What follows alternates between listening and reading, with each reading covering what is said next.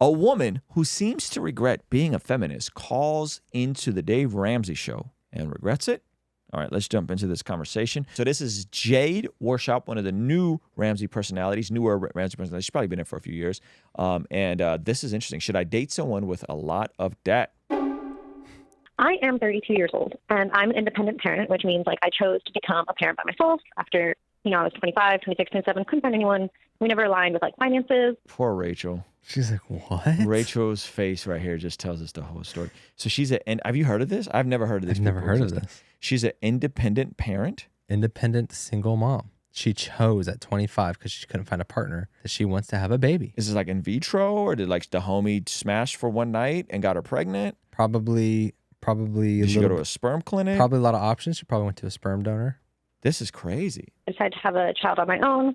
I love my daughter. I feel like I really made some good decisions. And so I'm 32. I don't have any debt. I don't have any credit card debt. I paid off all my loans, credit card debt, car, all that when I was 26. But the reason I'm calling is that my friend set me up on a date. We were just chatting. He was like, well, how do you do it? How do you like single parent? It must be so hard. And I was like, oh, well, like I don't live with debt. I like my job. Like it's not really that hard. He was like, oh, well, I'm like $450,000 in debt and like all these things. And he started just kind of naming his, this is my first date with this person. And then I was talking to my friend. She's like, oh, like how'd it go? I was like, I don't really think this is like for me. And when I was explaining, like, it's not just about introducing someone to my daughter's life. Lithania said, I've seen a lot of people choose this option because they lost faith in all men. Okay. My question is, help me understand the mechanics of this option. What are the mechanics of this option? That's what I'm trying to figure out. Like, how do you end up? There's a difference between saying, hey, I had a kid out of wedlock and I became an amazing single mom. Yeah. Right? Despite the odds being stacked against her. Respect. She's living frugal. She loves her job. She's doing all the right things. This is between that and I chose to go and have a kid without a father. Yeah. How does that work? That's all I'm asking. The mechanics don't. Is there a dad anywhere in the equation? That's what I'm trying to figure out. No, there's no dad. There's no dad, never ever in the equation. Nope, not at all. So I'm still trying to figure out how do we get to this point of sperm donor. You really think it's that? Oh, 100%. Yeah, It's that too. That's different. Yeah, that's different. But hey, she's debt free. She seems to be loving her daughter. She's asking the right questions. Now, I would also be curious, what kind of debt does this dude have? Yeah. Are we talking about a $400,000 mortgage? Yeah. Or are we talking about $400,000 in credit card debt? Or are we talking about $400,000 in student loans because he's a doctor and he just started his practice? Those are all very different options. Yep. And I don't even know if it's wrong to like not give somebody a chance, knowing that we're on totally different pages. And you get to set your non-negotiables. Listen, you get to set your non-negotiables. You get to have that list of, here are the things that I really, at this point in my life, want to align on. And you get to say what that is. And you also get to reevaluate that with time. Like, listen, you could come up with a list of 5 things. And if you find out that after 10 years, no one is meeting up to your expectations, you get to decide, well, maybe I am being a little too, right. Like, maybe, is there anything that I can change, or is there anything that I'm being a little too judgmental on? And listen, you guys talked about this really early in the relationship. Had you have dated for 4 months and fallen in love, and then him sprung on the $500,000 of debt or however much it was, listen, you might have married him anyway, like I did. Interesting. So I feel like here's the tension. Ready? Dating somebody with lots of debt. So there's the finances, but then there's the she has this other type of debt, which is a 32-year-old single mom. So now she's faced with this juxtaposition. Does she follow her heart with the finances, or does she try to give this child a father? Well, based on the way she's talking, it doesn't sound like she thinks he needs a father or they need a father. So there's that's already a presupposition for her. What do the statistics say? Well, we know what the statistics say. The dad is the most important variable. Even a single dad, a lot of times in terms of avoiding crime, is better than a single mom. According to the data. You guys take it up with the data, okay? But that is what it is, right? And so I do think it's funny that she doesn't see the irony here. Yeah. Like, as a single mom, you are kind of being judgy because you're not understanding the weight you're presenting to the situation. Now, to be fair, this dude went into this date knowing Yeah. that she was a single mom. And So there's that. You go into it knowing that you're dealing with a person that's a single mom. maybe that gave him a level of comfort. To open up and say, About, hey, We're I both- also have a yeah. mess. Yeah. Yeah, well, I don't want to say it doesn't sound like she made a mess. It sounds like she chose this, which is a little different than like, you know what I mean? I have a hot take. Go ahead. All right. I left a comment. Let me see if I can find it. Uh-oh. I said, doesn't want to date without the intention of marriage, but had no problem having a kid without the intention of being married.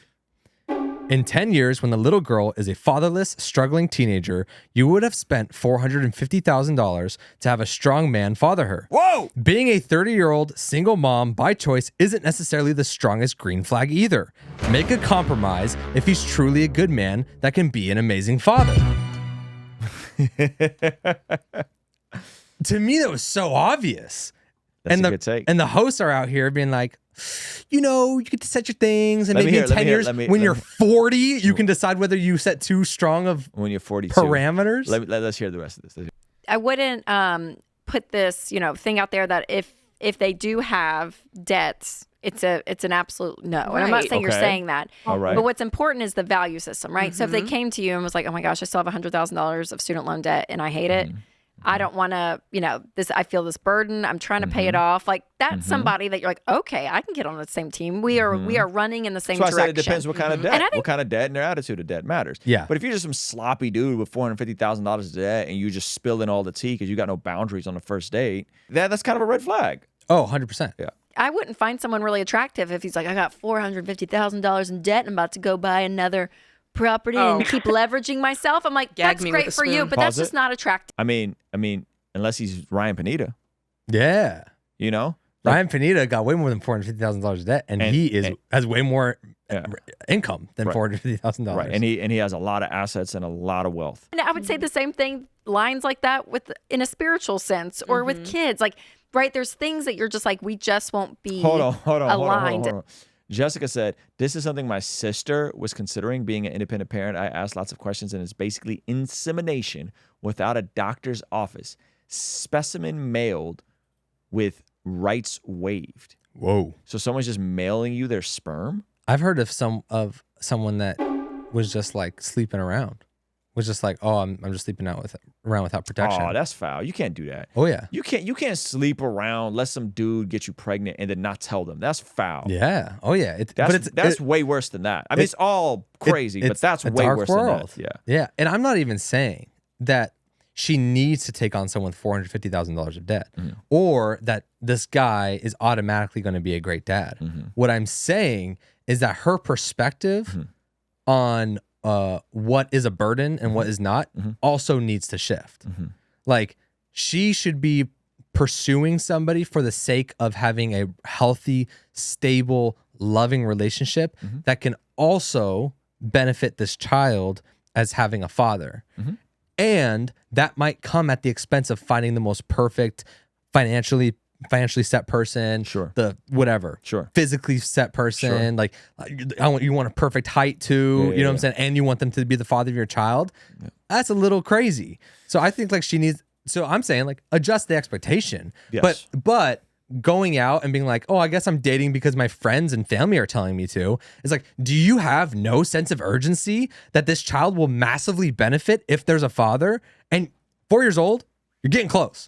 Well, and the fact that, but here's the flip side to all this, that father's probably going to want another biological kid of his own. Oh yeah. So now you're getting into really dangerous. Well, because here's the flip side. Now maybe she doesn't want any more kids. Maybe she doesn't want to be a mom. Like that, like to another kid. Right. So you add another layer of complexity to this entire paradigm that she has, which this is a paradigm. Like, this is a worldview, in my opinion, not to be too judgy, even though I feel like we're being very judgy right now. This is a worldview issue. This isn't a debt issue. This isn't a financial issue. This is a worldview. It's how you view the world issue. Exactly. Let's see how they handle this. Where's Dave? Papa Dave. This is why we need Papa Dave. That's what I was saying earlier, which is Dave will be the guy Baby that girl. will hear Baby a whole doll. issue and be like, this is not a financial question. Baby We need doll, to- daggone, in Tennessee, baby doll, $450,000, Dave! and you got a child without a father. He'll go, you have a child without a father? Okay. He would do that. He always goes slow. And she'd be like, She goes, yes. And he goes, okay. And you're asking about his debt? And he gets long pauses. Baby doll. Oh, baby doll. This is Uncle Dave speaking. Can I talk to you like your uncle? This is Uncle Dave speaking, because if you were my daughter, I'll tell you what I would say. I don't really know what the kids are doing. Your impersonation nowadays. is so spot on. Man, bro. I watch a lot of Dave Ramsey. I would say, if you had called and said, yeah, just because he has debt, I won't date him. Yeah, that's no. That I wouldn't say that's, I would not go down that route. But especially if they've been like, and I want to get out of it. right. So it's all Right. about where they're going and what the values are going forward. But The thing to consider, especially with the debt aspect of this, is let's just say, you've gone on 4 or 5 dates and it comes up at Applebee's and you start talking about it. Remember, there's still time. Like, you're not getting married tomorrow. So if this guy has $60,000 of debt, there's time for him to pay that off before you get married. And you'll be able to see if this person really does show and prove what their values are, because are they actively trying to get out of debt? It has 8 months passed and they've paid off nothing. I think financial freedom is a good virtue to have. I think it simplifies your life. I think it gives you options. I think it allows you to give. All of that stuff is important. And I think it's a reflection of your heart and your stewardship and your ability to delay gratification. Now, the flip side to that is that a lot of people just are ignorant and don't know what they don't know. Mm-hmm. That which is why we talk about this sort of stuff. This is why I'm hosting. I've been doing FPU at my church, right? Like we're going through, and a lot of we did the class yesterday, week 5, and he talks about being a millionaire, and he just breaks it down math. If you invest this much. And check this out, this is crazy. So he did a chart where somebody invested from the age of 20 to the age of 30, $250 a month. They ended up at the age of retirement coming out with, I want to say $2.2 million. The same buddy, a different buddy, invests from 30 to 60, comes out with $1.5 million, $250 a month. It's crazy how compound interest works. The longer the investment, the earlier you start, the more you will retire with, even if someone goes longer than you in time. Oh, I thought you were saying they're investing from 20 to 30, meaning 10 years old. No. Or a 10-year-old mutual fund. 20 years old to 30 years old. Yep. The same amount will have more at the end of retirement, the age of retirement, than someone that goes from 30 to 60. That's how compound interest works. That doesn't make any sense, does it? That's crazy. Yeah. So what I'm saying is when you understand that, like, listen, all you got to do is invest couple $100 from age 20 to 30 and you will be a millionaire. Like, the math is the math. Oh, I see what you're saying. So you start investing at 20, you stop investing at 30, but you let it compound. Mm-hmm. You come out ahead than the person that doesn't start until 30 and invest to the very end of their career. Wow. People don't know these things. You just don't know what you don't know, right? And so I think that's the flip side to all the financial literacy conversations. You just don't know that, like, a little bit at a young age, consistently through, sets you up to win big. The flip side to this is when I was a teenager, I knew this. I knew about mutual funds. I understood all this. This didn't exist. My mutual fund is through Wealthfront. I've never talked to a human on Wealthfront. Me and Monette both have Roth IRAs through Wealthfront. We've never talked to a human. Yeah. When I was like, hey, I'm asking my teachers, how do I start a mutual fund? And it's like, well, you got to talk to a financial advisor and you need $2,000 up. And then it was extremely difficult to find to invest $100. You needed more startup capital and you needed a human, and it was so different 20 years ago. Now you can literally start at 18 years old. You can start at 16 years old. Yeah. You know what I mean? It's a crazy time. And so most people don't know, or when I knew, I didn't have access. Now you guys know and you have access. So it doesn't take much. And so I got buddies, like one of my buddies, you know him, you've met him. Same thing. He invested consistently, started early in 1919. He's about 35. He's planning a church right now. And he literally has a M in his mutual funds. That's gangsta. In his retirement, there's an M in his retirement, and he owns 2 properties. That's gangsta. Right? And this dude's about to be a pastor. Yeah. Right? So it's just math. It's just math. But most people don't know what they don't know. You got to have realistic expectations, and you got to know what your values are, and you got to know how you're navigating. And if you want to be a single mom and, end up with just cats when your daughter grows up, because you're not going to be a parasitic parent. And if you want to be a healthy parent and let your kids grow up and not end up with cats, you're going to have to do some self-inventory. You're going to have to decide what you want out of life. Men will tolerate, generally speaking, men will be more likely to tolerate a single mom than a single mom who can't have kids, right? Like that. So you don't have a ton of time. If you're 31, you can't do this all over at 45. You know.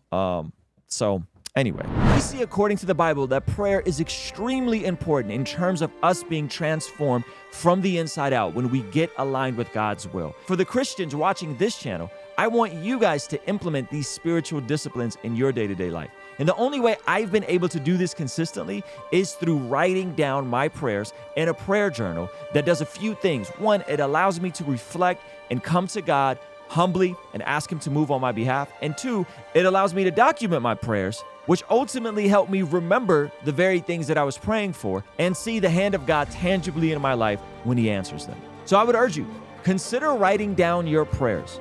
It could be in a blank notebook. It could even be on your phone. Or you could check out the one I personally designed and used from my own quiet time and spiritual discipline that I think will be a huge blessing. It's the exact structure and system that I've used for years to pray and be more consistent in my spiritual disciplines. You can pick yours up today by clicking the link in the pinned comment below. All right, I'll see you over there. Peace.